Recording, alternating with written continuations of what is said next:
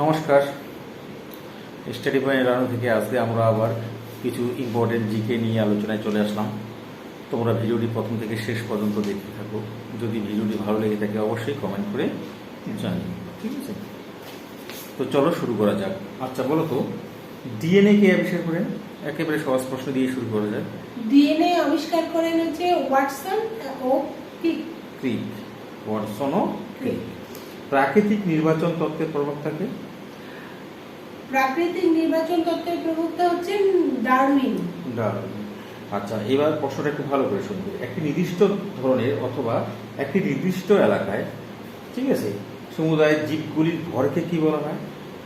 ভরকে বলা হয় বায়োমাস। বায়োমাস ইম্পর্টেন্ট কোশ্চেন একটা। এবার বলতো বংশগতিবিদ্যার জনককে? মেন্ডেল, মানে গ্রেগর জোহান মেন্ডেল। মেন্ডেল নামটা মনে রাখলেই আমরা বুঝবো যে বংশগতি বিদ্যার জনক। ইসিজি এর সম্পূর্ণ নাম বলতে পারে? ফুল ফর্মটা কি? ইসিজির ফুল ফর্ম হচ্ছে ইলেকট্রোকার্ডিওগ্রাম। ইলেকট্রোকার্ডিওগ্রাম। আচ্ছা, এবার বলো তো মিউটেশন তত্ত্বের প্রবক্তাকে? হুগো দা গ্রিস। ভীষণ ইম্পর্টেন্ট কোশ্চেন এগুলো কিন্তু, ঠিক আছে? এবার বলো তো রেবিস রোগের ভ্যাকসিন আবিষ্কার করেন কে?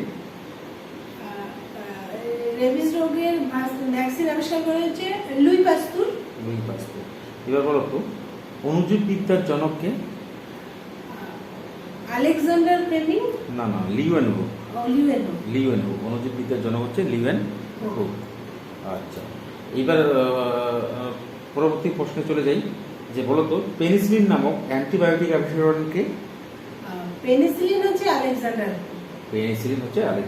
ফ্লেমিং। ঠিক আছে, ভেরি গুড।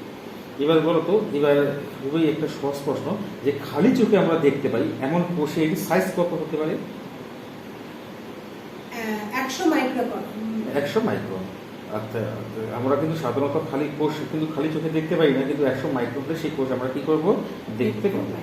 এবার বলো তো বাদামি বর্ণের প্লাস্টিককে কি বলে? বাদামি বর্ণের প্লাস্টিক হচ্ছে ফিওপ্লাস্ট। আচ্ছা বলো তো প্লাস্টিক কত প্রকার? প্লাস্টিক 3 প্রকার। এবার বলো তো সবুজ বর্ণের প্লাস্টিককে কি বলে? ক্লোরোপ্লাস্ট। আচ্ছা, ক্লোরোপ্লাস্টের কাজ হচ্ছে সালোক সংশ্লেষে সাহায্য করা, অর্থাৎ পাতার উদ্ভিদের পাতার মধ্যে থাকে এবং সবুজ বর্ণের হওয়ায় কি করে? পাতা সালোক সংশ্লেষ প্রক্রিয়ায় খাদ্য উৎপন্ন করে। আর একটা হচ্ছে বলতো বর্ণহীন প্লাস্টিককে কি বলে? বর্ণহীন প্লাস্টিককে হচ্ছে লিউকোপ্লাস্ট বলা হয়। লিউকোপ্লাস্টের কাজ হচ্ছে কি কাজ? যে খাদ্য সঞ্চয় করে রাখা, ঠিক আছে? ঠিক আছে, ভীষণ ইম্পর্টেন্ট। প্লাস্টিক থেকে কিন্তু এই কোশ্চেনগুলো অবশ্যই ইম্পর্টেন্ট। এবার বলতো একটি বৃহত্তম কোষ কোনটি, মানে সব থেকে বড় কোষ কোনটি? সব থেকে বড় কোষ হচ্ছে উট পাখির ডিম।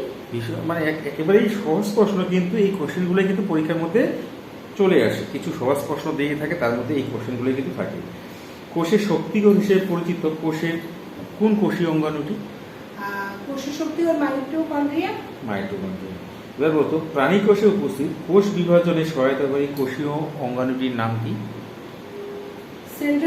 সেন্ট্রোজোম কোষ বিভাজনে সাহায্য করে, যেটা কিন্তু উদ্ভিদ কোষে থাকে না, তাই তো? ক্যান্সারের কারণ হিসেবে কোন জিন সক্রিয় ভূমিকা পালন করে? অঙ্কোজিন। আচ্ছা, এবার বলো তো হিমোফিলিয়ার জন্য দায়ী কোন জিনটি? এক্স লিঙ্কড প্রচ্ছন্ন, তাই তো? আচ্ছা, এবার বলো তো স্নায়ুকোষ সৃষ্টি হয় এমব্রায়োনিকের কোন স্তর থেকে? এন্ডোডার্ম থেকে। তো তোমাদের ভিডিওটি কেমন লাগলো অবশ্যই কিন্তু কমেন্ট করে জানিও। ভালো লাগলে অবশ্যই শেয়ার করে বাকিদেরও দেখার সুযোগ করে দিও। ধন্যবাদ।